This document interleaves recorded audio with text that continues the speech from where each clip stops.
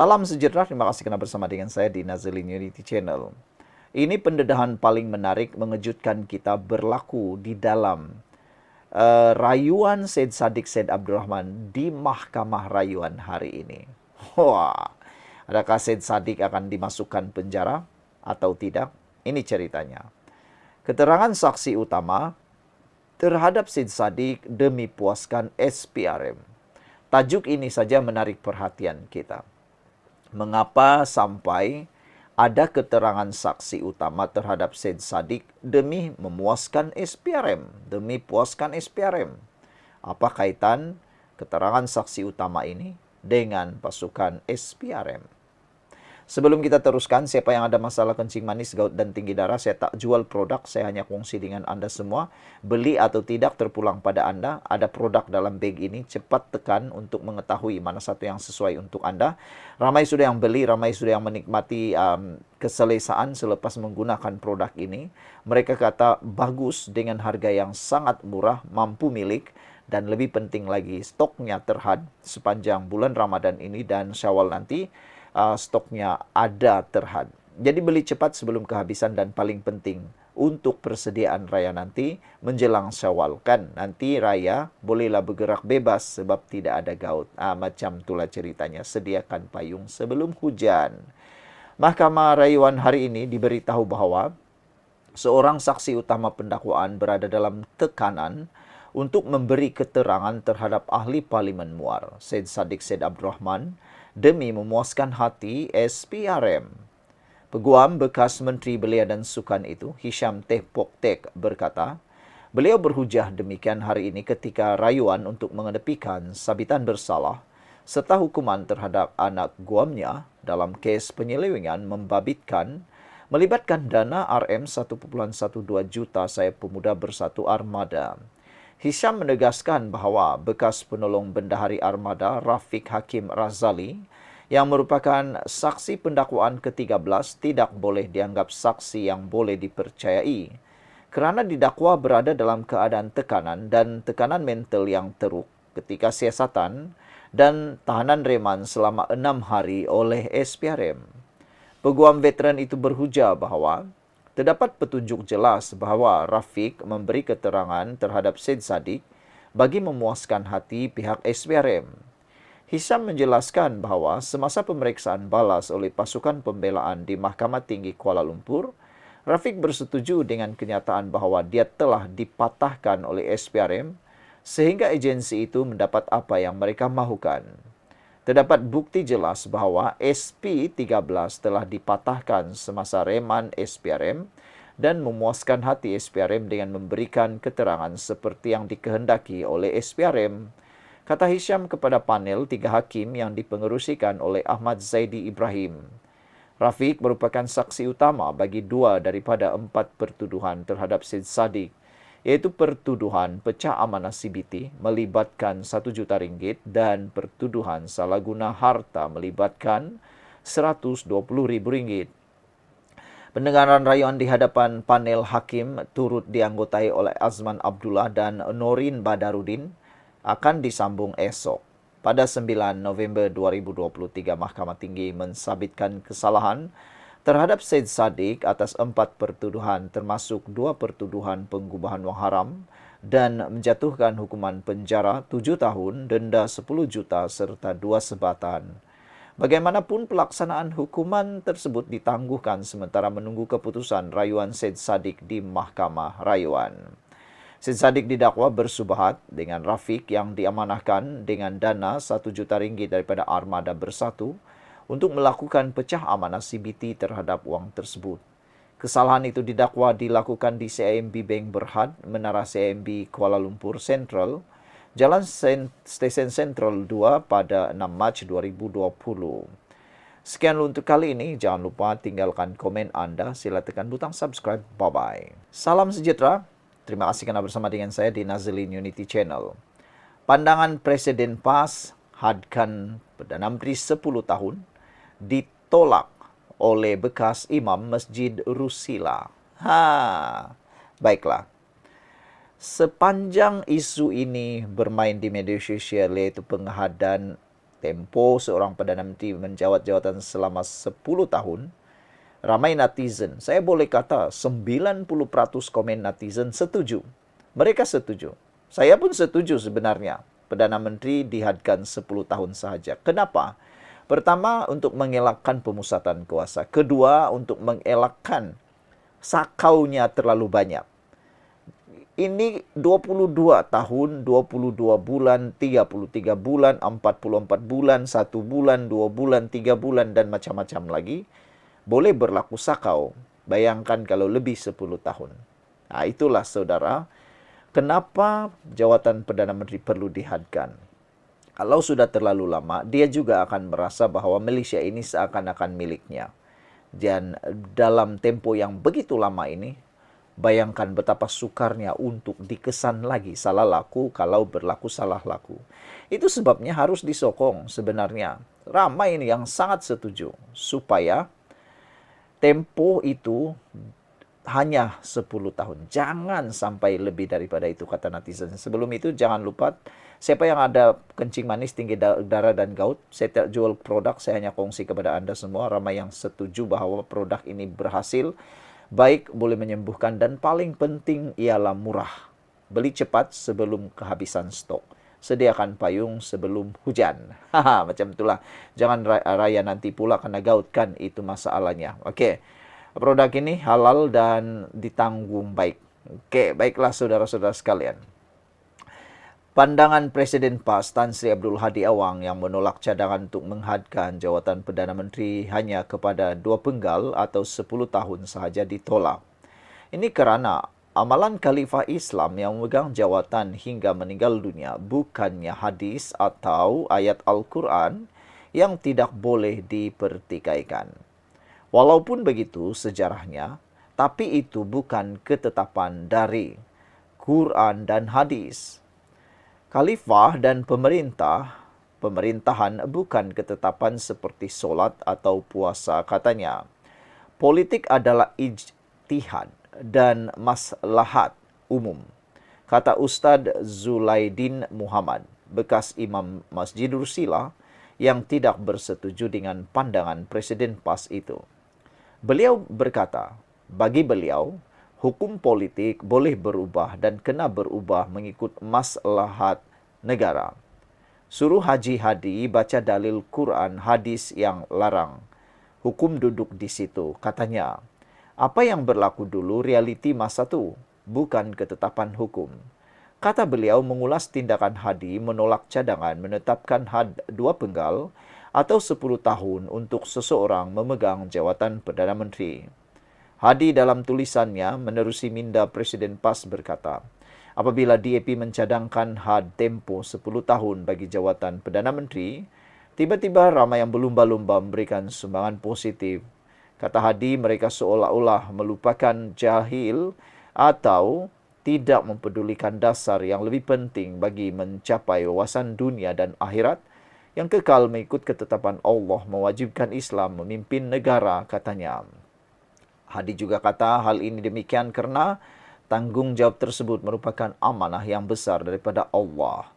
Sekian untuk kali ini. Jangan lupa tinggalkan komen anda, tekan butang subscribe. Bye-bye. Salam sejahtera. Terima kasih kerana bersama dengan saya di Nazilin Unity Channel.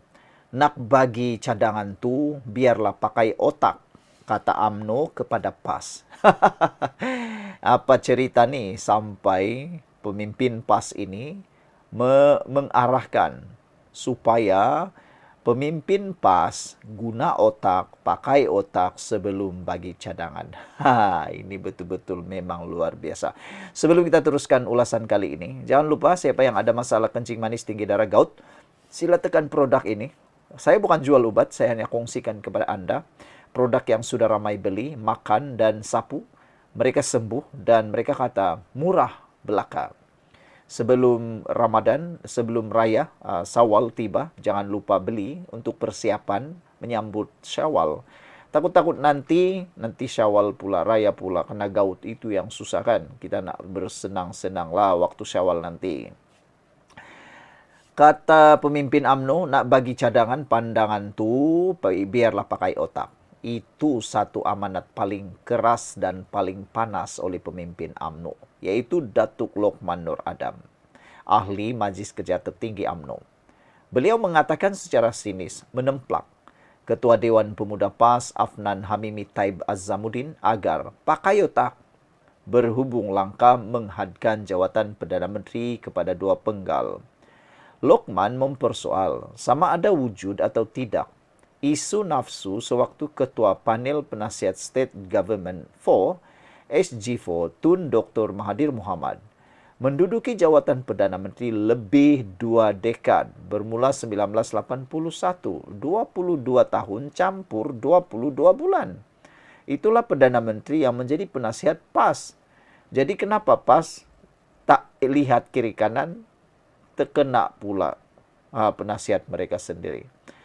Kata Lokman, kalau sayalah jadi Perdana Menteri, saya tak setuju hadkan 10 tahun. Lebih-lebih lagi, kalau Saka ada dalam badan, boleh hidup sampai 100 tahun. Lagilah kita tak mahu hadkan hanya 10 tahun, kata Lokman Adam. Wah, sinis luar biasa apa yang dinyatakan oleh Lokman Adam ini. Takkan Putrajaya nak buat perkara baik seperti ini dikatakan mengikut selera nafsu, kata Lokman Adam. Mana otak engkau letak ni, Afnan? Soal beliau. Habis tu, masa zaman penasihat SG4 jadi Perdana Menteri dan berkuasa. Sehingga 22 tahun, campur lagi 22 bulan, kira tak ada nafsu lah tu, kata beliau lagi. Ataupun nafsu dia dah tertutup ketika itu, kata Lokman menerusi TikTok. Terdahulu, Afnan yang juga ahli Parlimen Al-Seta meluahkan rasa tidak senang dengan usaha kerajaan Madani menghadkan tempoh individu menjadi Perdana Menteri kepada 10 tahun sahaja. Afnan boleh pula mendakwa kerajaan kini gigih mahu memindah perlembagaan agar ia dapat mengikut selera nafsu Putrajaya. Inilah keadaan negara kita sekarang. Negara kita yang majoriti ditentukan oleh mereka yang asalnya minoriti, tulisnya di Facebook pada 16 Mac lalu. Mengulas lanjut, Lokman mempersoalkan mengapa Afnan sebelum ini tidak pula membangkitkan isu bagaimana anak-anak Mahathir mengumpul kekayaan mencecah bilion ringgit. Nak bagi cadangan ke, pendapat ke, biarlah pakai otak yang waras. Jangan nampak sangat kegila babian itu, kata beliau. Ini bukan gila babi, lebih teruk dari itu, gila hadilah, kata beliau. Sampai anak kaya raya tak kira bernafsu ke. Mana anak Mahathir yang menjadi milioner, semua bilioner, bail out sana, bail out sini. Negara dah macam harta pak dia, kata Lokman Adam. Rosak habis sistem pentadbiran negara disebabkan kroni dan kepentingan peribadi. Itu tidak pula kamu, Afnan, komen dan bangkitkan. Yang 10 tahun ini pula yang dibimbangkan, tegas Lokman. Sehubungan itu, Lokman menasihati Afnan tidak usah terlalu bimbang dengan hasrat menghadkan tempoh 10 tahun untuk Perdana Menteri. Kenapa risau sangat? Sepatutnya sokonglah. Mungkin Perikatan Nasional PN cemburu sebab cadangan tersebut dilaksanakan pada zaman Perdana Menteri ke-10. Macam budak-budak Ketua Pemuda PAS ini. Sebut pasal DAP terus kaitkan kumpulan majoriti dan minoriti. Jadi kepada Afnan Hamim ini, kamu tak perlulah risau. Selagi kita ada perlembagaan dan dipayungi oleh Raja-Raja Melayu, apa yang kamu fikirkan itu tidak akan terjadi, tambah Lokman lagi. Sekian dulu untuk kali ini. Jangan lupa tinggalkan komen Anda. Salam sejahtera. Terima kasih karena bersama dengan saya di Nazilin Unity Channel. Isu paling hangat di dalam media sosial sekarang ialah mengenai pengehadan atau terhadnya tempo seseorang Perdana Menteri menjadi Perdana Menteri di Malaysia. 99% rakyat setuju dengan cadangan dan mahu digubal perlembagaan, memindah perlembagaan supaya jawatan Perdana Menteri tidak boleh dipegang oleh seorang Perdana Menteri lebih 10 tahun. Anwar Ibrahim sudah setuju dengan cadangan itu. Tapi ada satu pihak yang tak setuju, yaitu Presiden PAS. Presiden PAS tolak tempoh Perdana Menteri 10 tahun sahaja. Mahu sepanjang hayat. 90% rakyat setuju mengatakan bahawa Perdana Menteri tidak boleh memegang jawatan lebih dari 10 tahun. Tapi tiba-tiba pula Presiden PAS ini kata dia tolak tempoh itu. Ini yang membingungkan ramai netizen. Sebelum kita teruskan, siapa yang ada masalah gout, kencing manis, dan tinggi darah, saya tak jual obat. Saya hanya kongsi kepada Anda, mahu atau tidak terpulang pada Anda. Tapi saya kongsikan, ramai orang sudah beli, ramai orang sudah sembuh, harganya sangat murah. Potongan harga besar-besaran sempena Ramadan ini persediaan untuk Syawal Raya nanti.